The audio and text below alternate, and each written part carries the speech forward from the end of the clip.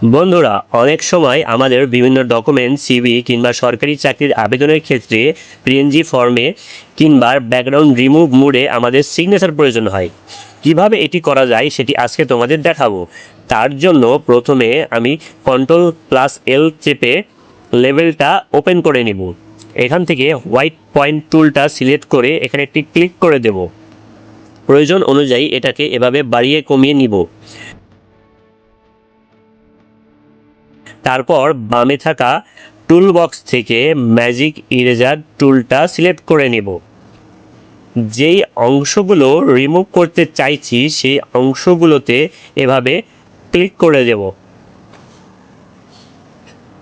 দেখো, এটা এখন তুমি ইচ্ছা মতো মুভ করতে পারবে এবং প্রয়োজন অনুযায়ী ব্যবহার করতে পারবে। এখন এটাকে ফাইল থেকে সেভ অ্যাজে গিয়ে পিএনজি মোডে সেভ করে নিতে পারো এবং প্রয়োজন অনুযায়ী পরবর্তী সময় ব্যবহার করতে পারো। তো ধন্যবাদ বন্ধুরা, ভিডিওটি যদি তোমাদের উপকারে আসে তাহলে একটি লাইক করে দিও। ধন্যবাদ।